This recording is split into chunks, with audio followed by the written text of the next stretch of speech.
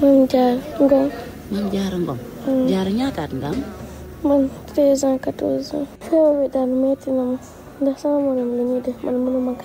Dans cette salle de dialyse réservée aux enfants les week-ends, 6 jeunes patients branchés aux appareils occupent les lits. Diarra en fait partie. Son corps chétif enveloppé dans un drap qui la couvre à moitié, dont le pan lui sert à couvrir son visage rond. Elle veut se protéger de la lumière. Diarra doit rester couchée au moins 3 heures pour sa séance de dialyse. C'est son rythme de vie depuis plus d'1 an maintenant. damay dem école su may jàngi moto moo may yóbbu te moo may indi day am temps sax ma dox mais su may dox tamit day metti si man. Ban classe ngay def? Man 5e. Dans cette grande salle du centre de dialyse Khalifa Ababacar Sall de Liberté 6, ces jeunes enfants s'y retrouvent chaque semaine pour leurs séances, mais dans une atmosphère détendue.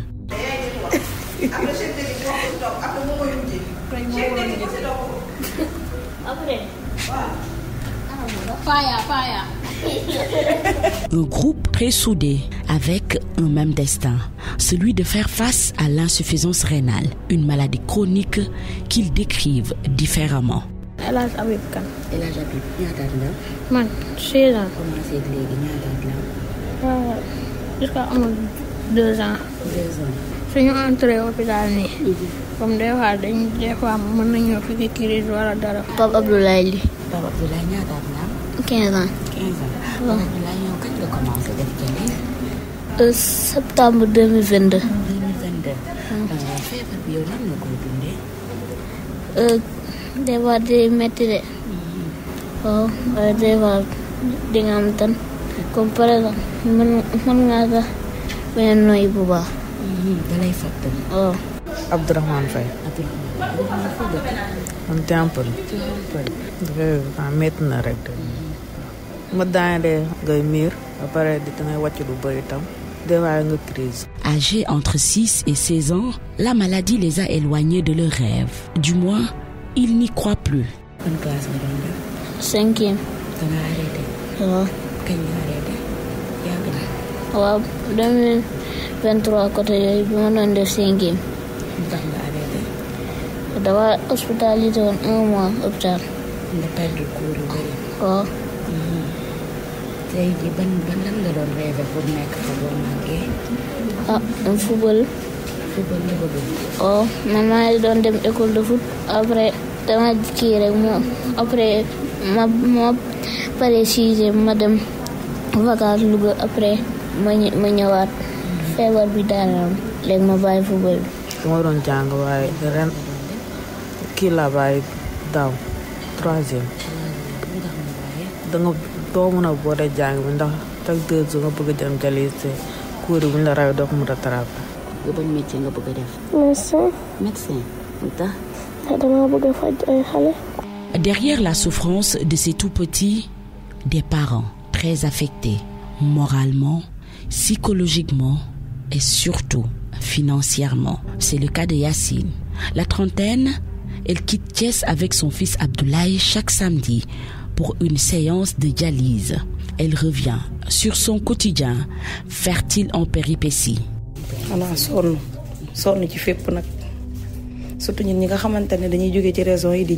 Je suis très épuisée, surtout par les déplacements. Je quitte Thiès pour Dakar à chaque fois que Laye doit subir des séances de dialyse.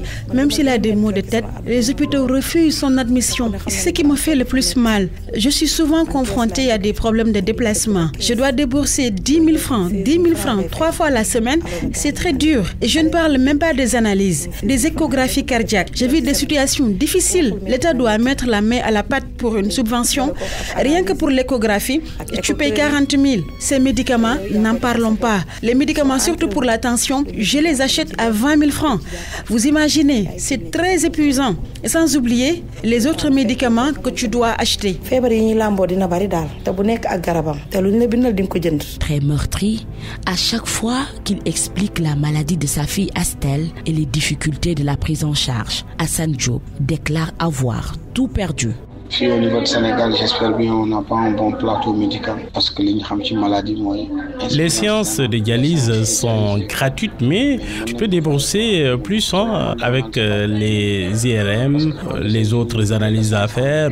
Ça peut aller jusqu'à 400 000. Ce n'est plus gratuit, il faut le dire. Dans les structures privées, la dialyse est à 65 000 francs CFA. Les examens aussi, c'est cher. Chaque semaine, il faut imaginer 2 séances minimum. C'est très coûteux. Ses parents ont tous le même vœu, avoir des centres de prise en charge dans leur région d'origine. Que l'État nous aide pour la décentralisation des structures sanitaires.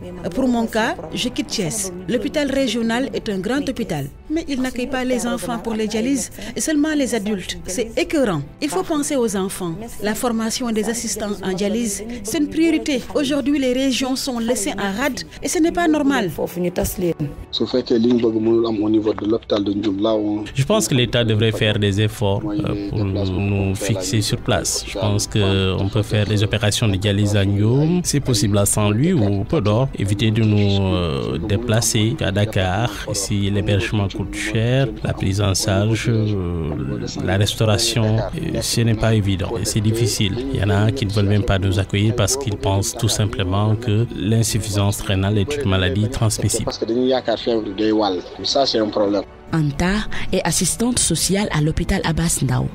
Elle précise que ce combat n'est pas juste médical, mais aussi financier. Elle est témoin des difficultés, d'où son appel aux bonnes volontés. Entre des déplacements fréquents à l'hôpital, les consultations, les hospitalisations prolongées, les traitements lourds, les séances de dialyse, les coûts onéreux des médicaments, les analyses, les scanners, les radiographies et échographies à faire, sans oublier le régime alimentaire. Le parcours de soins devient inévitablement un véritable fardeau financier et émotionnel. Le traitement de ces maladies rénales ne doit pas être un luxe, mais un droit. La vie des enfants ne devrait jamais être mise en péril par l'absence de moyens. Il faut mettre en place des programmes de soutien spécifiques pour ces familles en détresse. L'accès aux médicaments et aux séances de dialyse doit être facilité et une réflexion doit être menée sur la gratuité ou la prise en charge partielle de certains traitements essentiels. Il faudrait en quelque sorte garantir une couverture médicale plus adaptée aux enfants atteints de maladies rénales. À tous ceux qui peuvent apporter leur aide, que ce soit par des actions, des dons, du simple soutien moral, n'oublions jamais que la solidarité est notre plus grande force. Faisons en sorte que personne ne soit laissé sur le bord du chemin. Nous devons cheminer ensemble. Les maladies rénales chez les enfants, une réalité chez nous. Chaque année, plus de 200 enfants sont référés au centre hospitalier Abass Ndao, un centre où il y a seulement 2 néphropédiatres pour tout le Sénégal, très loin du ratio. Professeur Younoussa Keita, néphrologue pédiatre et enseignant à l'université Cheikh Anta Diop de Dakar. Les maladies rénales peuvent entraîner un défaut de fonctionnement du rein. Et ce défaut de fonctionnement du rein peut être un défaut aigu, c'est-à-dire récent, ou un défaut qui va persister dans le temps et qui va poursuivre le patient sur plusieurs semaines, sur plusieurs mois, voire des années. Donc les maladies rénales peuvent se manifester de plusieurs manières. D'abord, quand il s'agit d'une maladie rénale aiguë, ce qui est différent, c'est qu'on oppose à la maladie rénale chronique, parce que la maladie rénale chronique, elle est persistante, alors que la maladie rénale aiguë, elle est récente. Les maladies rénales aiguës sont souvent dues à des infections, soit il s'agit de complications de l'angine mal traitée ou de l'angine qui se répète. Parfois, il s'agit de complications de l'infection urinaire haute. Quand l'infection urinaire est sévère ou parfois répétitive, ça peut entraîner une insuffisance rénale. Également, parfois, certaines formes d'infection graves comme le paludisme, quand l'enfant fait un paludisme grave, il peut avoir une maladie rénale. Il y a également certaines maladies dermatologiques comme la gale surinfectée. Parfois, certaines maladies de la peau saisonnière peuvent également entraîner une maladie rénale. Voilà, donc c'est des enfants qui sont évacués et qui nécessitent vraiment une consultation néphrologique.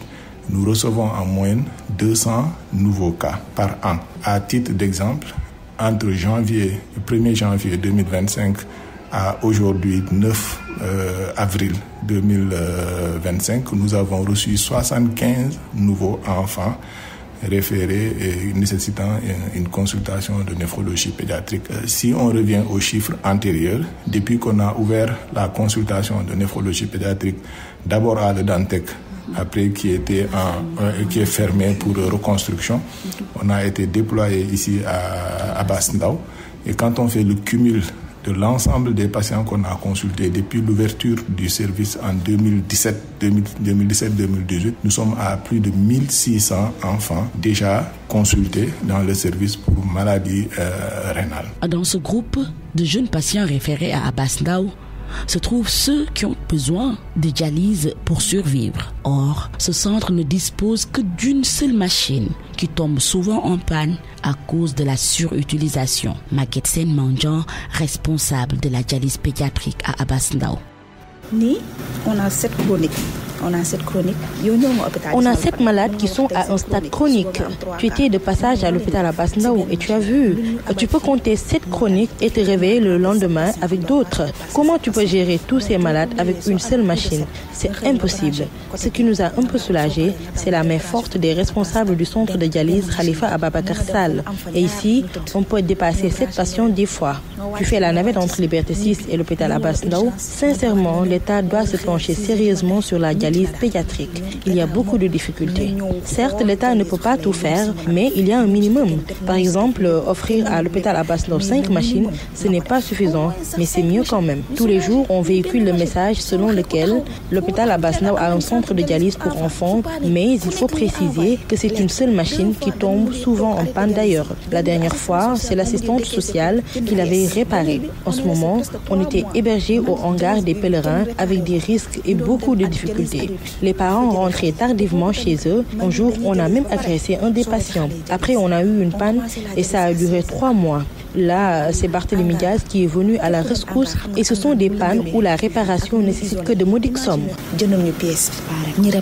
Pour le professeur Younoussa Keita, l'urgence aujourd'hui est la construction d'un service de néphropédiatrie pour ouvrir de nouvelles perspectives dans la prise en charge. L'idéal pour nous, ce n'est pas de dialyser les enfants à l'extérieur de l'hôpital parce que ce n'est ni de sécurité pour le personnel qui dialyse l'enfant, ni pour l'enfant lui-même. Parce que la dialyse est parfois un traitement assez lourd pour un enfant. Donc il peut y avoir des petits incidents et ces incidents sont mieux pris en charge en structure dans les hôpitaux. Donc nous préférons que les enfants aient un centre de dialyse pédiatrique qui leur est dédié, sachant que actuellement à l'hôpital Abass Ndao, c'est vrai que les autorités ont fait beaucoup d'efforts, ils sont tentés de nous accompagner, mais nous n'avons qu'une seule machine et ça tombe en panne très souvent. Et quand ça tombe en panne, on est obligé de mettre les enfants dans l'ambulance et de chercher où les dialyser avant même que le centre de Liberté 6 nous prête main forte actuellement. Donc pour dire que vraiment on a besoin quand même d'un centre de dialyse. Mais le centre de dialyse ne suffit pas parce que la question de la néphrologie pédiatrique d'un enfant doit faire l'objet de mesures préventives pour prévenir la maladie, parce qu'on ne doit pas rester dans le curatif, c'est-à-dire rester dans nos bureaux pour recevoir les enfants qui ont déjà une insuffisance rénale. Je pense que ce n'est pas la solution. Donc c'est pourquoi on doit avoir un centre de référence qui va réfléchir sur la problématique de survenue de ces maladies, essayer de discuter avec les autorités compétentes, en particulier le ministère de la Santé, pour élaborer des pistes de solutions préventives pour que la communauté soit informée des facteurs de risque de survenue de maladies rénales pour qu'on puisse les éviter au maximum possible, en tout cas pour diminuer l'incidence. Et le centre de référence nous permettra de former des agents de santé pour prendre en charge les enfants, parce qu'il n'y a pas du tout de personnel pour prendre en charge les enfants qui sont malades du rein. Malgré la volonté des médecins, le traitement ne garantit pas toujours des chances de survie. Kiné et Funtissi ont perdu respectivement leurs enfants âgés de 15 ans et 29 jours en dépit d'un rude combat. La dialyse, je ne la connaissais que de nom. Je n'avais que des bribes d'informations là-dessus. C'est après que j'ai compris, mais c'était très dur. Mon bébé l'a fait 3 fois. Je le voyais souffrir étant nourrisson. On a fait là-bas 4 jours et elle est décédée juste après. Elle n'a vécu que 29 jours. On avait déjà baptisé. On a dépensé beaucoup d'argent avec les ordonnances. Mon mari a vendu son terrain. Le jour de son décès, on a payé 40 000 francs CFA pour une analyse avant les résultats. Elle a rendu l'âme en un moment. Je me disais que je ne devais pas l'amener à l'hôpital vu son état. Je ne m'oublierai jamais ce jour-là, mais je m'en remets à Dieu.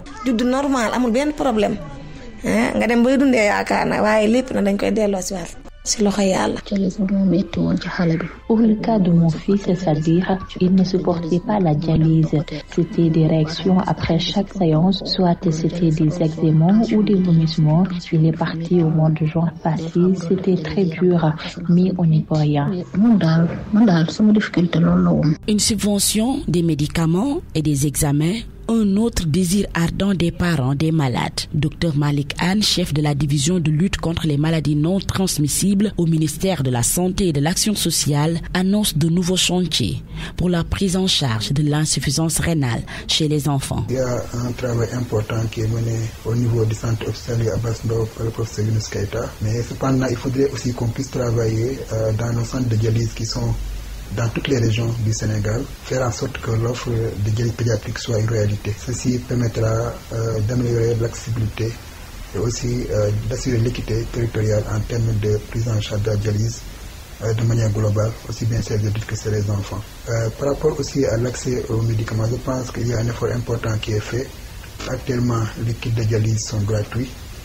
Évidemment, il y a des requêtes pour l'établissement du paquet, notamment les bilans. Donc on considère que les maladies chroniques sont des maladies très coûteuses et il faudrait qu'on puisse travailler dans le cadre de la couverture sanitaire universelle, voir comment faire pour renforcer l'assurance maladie à ce niveau-là et permettre une meilleure prise en charge des patients. La transplantation rénale, une issue prometteuse qui, selon le professeur Younoussa Keita, est sur la bonne voie. Mais il y a des préalables. Oui, la transplantation rénale aussi, c'est une avancée significative. J'ai même tout le monde sait qu'il y a la greffe de moelle à Dalal Jamm. Voilà, le Sénégal est en train de faire beaucoup d'efforts dans différents domaines et je pense que les enfants doivent bénéficier d'un appui consistant pour la transplantation rénale parce qu'on ne peut pas dialyser les enfants de façon chronique. Dans la cohorte actuellement que j'ai, les enfants sont dialysés 3 fois par semaine. Je pense que avec le recul de suivi, on est à plus de 1 an pour les enfants qui viennent d'entrer en dialyse chronique. Les autres enfants sont là depuis des années en train de dialyser, alors que globalement, beaucoup de familles sont disposées à donner leur rein à leurs enfants. Donc je pense que c'est vrai que c'est le don d'organes, c'est un processus. On peut pas courir derrière la montre. Il faut quand même que toutes les étapes soient bien réfléchies pour qu'il n'y ait pas de rejet. Et c'est sur la bonne voie. Et c'est sur la bonne voie. Il y a actuellement 2 enfants qui sont programmés et on espère que dans les mois à venir, lorsque tout est en place, ces enfants-là pourront être transplantés. Au moment de la collecte dans le cadre de notre reportage, 3 de ces enfants ont perdu leur combat contre l'insuffisance rénale. Rokhaya Cham, 13 ans, Safietou, 6 ans, Ndiaga, 14 ans. Ils laissent derrière eux des parents meurtris qui, malgré tout, cachent leur douleur pour ne pas apeurer ceux qui accompagnent toujours leurs malades avec beaucoup d'espoir.